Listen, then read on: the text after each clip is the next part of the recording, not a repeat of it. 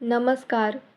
आज आपण भगवद्गीतेच्या 9व्या अध्यायाची सुरुवात करणार आहोत. राजविद्या राजगुह्य योग परम गोपनीय ज्ञान.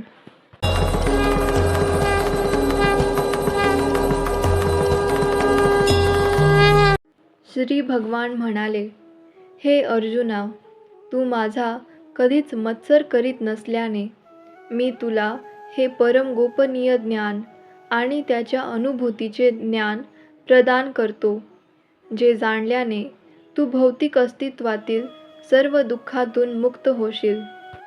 सर्व गोपनीय ज्ञानात अत्यंत गोपनीय असे हे ज्ञान म्हणजे सर्व ज्ञानांचा राजा आहे. हे अत्यंत पवित्र ज्ञान आहे आणि ते अनुभवजन्य प्रत्यक्ष आत्मज्ञान देणारे असल्यामुळे ते धर्माची परिपूर्णता आहे. हे ज्ञान अविनाशी आणि आचरण करण्यास अत्यंत सुखकारक आहे. हे परंतप अर्जुना, ज्यांची या भक्ती मार्गावर श्रद्धा नाही त्यांना माझी प्राप्ती होऊ शकत नाही.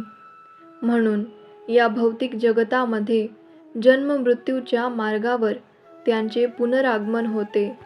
मी माझ्या अव्यक्त रूपाद्वारे हे सर्व जगत व्यापले आहे.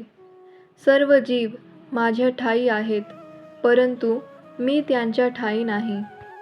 तरीही सर्व सृष्ट पदार्थ माझ्यामध्ये स्थित नाहीत. माझे हे योग ऐश्वर्य पहा. जरी सर्व जीवांच्या पालनपोषण करता आणि सर्वव्यापी मी आहे, तरीसुद्धा मी या व्यक्त सृष्टीचा अंश नाही. मी स्वतःच सर्व सृष्टीचे उगमस्थान आहे.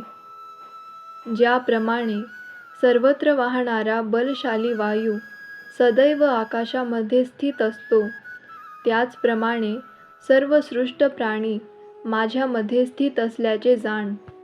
हे कौंतेया, कल्पाच्या अंती सर्व भौतिक अभिव्यक्ती माझ्या प्रकृतीमध्ये प्रवेश करतात आणि नव्या कल्पाच्या आरंभी माझ्या शक्तीद्वारे मी पुन्हा त्यांना निर्माण करतो. संपूर्ण भौतिक सृष्टी माझ्या अधीन आहे.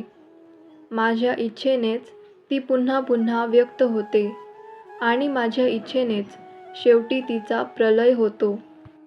हे धनंजया, ही सर्व कर्मे मला बद्ध करू शकत नाहीत. तटस्थाप्रमाणे मी या सर्व भौतिक कर्मांपासून अनासक्त असतो.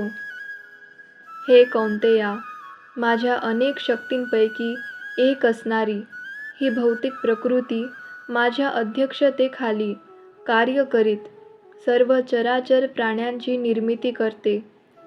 तिच्या नियंत्रणाखालीच या सृष्टीची वारंवार उत्पत्ती आणि संहार होतो. जेव्हा मी मानव सदृश रूपामध्ये अवतीर्ण होतो, तेव्हा मूर्ख लोक माझा उपहास करतात. अस्तित्वातील सर्व वस्तूंचा परम अधीश्वर म्हणून माझे दिव्य स्वरूप ते जाणत नाहीत. याप्रमाणे जे मोहित झालेले असतात ते राक्षसी आणि नास्तिकवादी मतांकडे आकर्षित होतात. अशा मोहित अवस्थेमध्ये त्यांची मुक्तीची आशा, त्यांची सकाम कर्मे आणि त्यांचे ज्ञान हे सर्व निष्फळ होते. हे पार्थ, मोहित न झालेले महात्मेजन दैवी प्रकृतीच्या आश्रयाखाली असतात. ते भक्तीमध्ये पूर्णपणे युक्त झालेले असतात, कारण ते मला सृष्टीचे आदी कारण आणि अविनाशी पुरुषोत्तम श्री भगवान म्हणून जाणतात. हे महात्मेजन सतत माझे कीर्तन करीत, दृढ निश्चयाने प्रयत्न करीत आणि मला वंदन करीत भक्तिभावाने नित्य माझी उपासना करतात. इतर लोक जे ज्ञानरूप यज्ञ करतात ते भगवंतांची एकमेवाद्वितीय रूपामध्ये, विविध रूपांमध्ये आणि विराट विश्वरूपात उपासना करतात. परंतु मीच कर्मकांड आहे.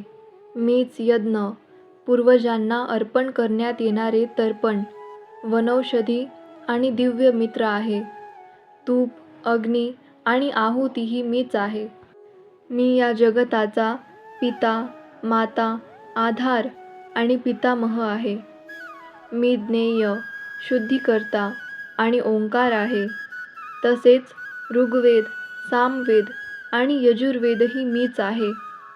मीच ध्येय, पोषणकर्ता, प्रभू, साक्षी, निवास, आश्रयस्थान आणि अत्यंत जिवलग मित्र आहे.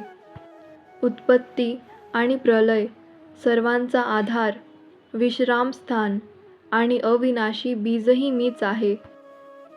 हे अर्जुना, मी उष्णता देतो आणि मीच पाऊस थांबवितो आणि पाडवितोही. मी अमृत तत्व आहे आणि मूर्तिमंत मृत्यूही मीच आहे. सत, चेतन आणि असत, जड पदार्थ दोन्ही माझ्यामध्येच स्थित आहेत. वेदाध्ययन करणारे आणि सोमरसाचे पान करणारे स्वर्गलोकाची प्राप्ती करीत अप्रत्यक्षपणे माझेच पूजन करतात. असे पापकर्मांपासून शुद्ध झालेले लोक इंद्राच्या पुण्यलोकामध्ये जन्म घेतात आणि त्या ठिकाणी ते देवांप्रमाणे दिव्य भोग उपभोगतात. याप्रमाणे स्वर्गलोकातील अमर्याद विषयसुखाचा भोग घेऊन पुण्यकर्म क्षीण झाल्यावर ते पुन्हा या मृत्यूलोकात परत येतात. अशा रीतीने वेदोक्त धर्माचे पालन करून जे इंद्रियोपभोग प्राप्त करतात त्यांना पुन्हा पुन्हा केवळ जन्ममृत्यूच्या चक्रात पाडावी लागते. परंतु जे लोक अनन्य भक्तिभावाने माझ्या दिव्य स्वरूपाचे चिंतन करीत माझी उपासना करतात त्यांच्या गरजा मी पूर्ण करतो आणि त्यांच्याकडे जे आहे त्याचे मी रक्षण करतो. हे कौंतेया, जे लोक इतर देवतांचे भक्त आहेत आणि जे त्यांचे श्रद्धेने पूजन करतात ते वस्तुतः माझेच पूजन करतात, परंतु त्यांची ती आराधना चुकीच्या मार्गाने केलेली असते. सर्व यज्ञांचा मीच केवळ भोक्ता आणि स्वामी आहे. म्हणून जे माझे दिव्य स्वरूप तत्वतः जाणत नाहीत त्यांचे पतन होते. जे देवतांची पूजा करतात त्यांना त्या देवतांमध्ये जन्म प्राप्त होतो. जे पितराची उपासना करतात ते पितरांकडे जातात. जे भूतांची उपासना करतात त्यांना भूतयोनीमध्ये जन्म प्राप्त होतो आणि जे माझी पूजा करतात ते माझी प्राप्ती करतात. जर एखाद्याने प्रेमाने आणि भक्तीने मला एखादे पान, फूल, फळ अथवा पाणी अर्पण केले तर मी त्याचा स्वीकार करतो. हे कौंतेया, तू जे जे कर्म करतोस, जे जे खातोस, जे जे हवन करतोस किंवा दान देतोस आणि तू जे तप करतोस ते सर्व तू मला अर्पण कर. याप्रमाणे कर्मबंधने तथा कर्मबंधनांच्या शुभाशुभ फलांपासून तुझी सुटका होईल. या संन्यास योगाने युक्त होऊन माझ्यावर दृढपणे मन स्थिर केल्याने तू मुक्त होऊन मलाच प्राप्त होशील.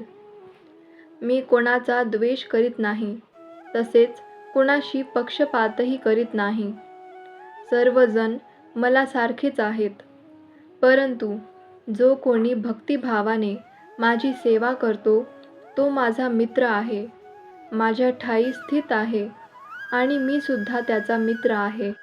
जरी कोणी अत्यंत दुराचारी असला तरी तो भक्तीमध्ये जर युक्त झाला तर त्याला साधूच समजले पाहिजे, कारण तो आपल्या निश्चयामध्ये योग्य प्रकारे स्थित झालेला असतो.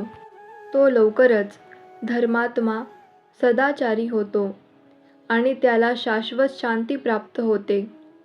हे कौंतेय, निर्भय हो आणि घोषणा कर की माझ्या भक्ताचा कधीही नाश होत नाही.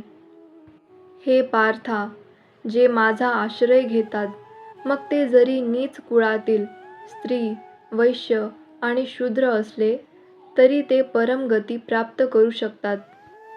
तर मग सदाचारी ब्राह्मण, भक्त आणि राजर्षींच्या बद्दल काय सांगावे. म्हणून या अनित्य दुःखमय जगतामध्ये असल्यामुळे माझ्या प्रेममयी सेवेमध्ये संलग्न हो. आपले मन सदैव माझे चिंतन करण्यामध्ये युक्त कर. माझा भक्त हो, मला नमस्कार कर आणि माझे पूजन कर.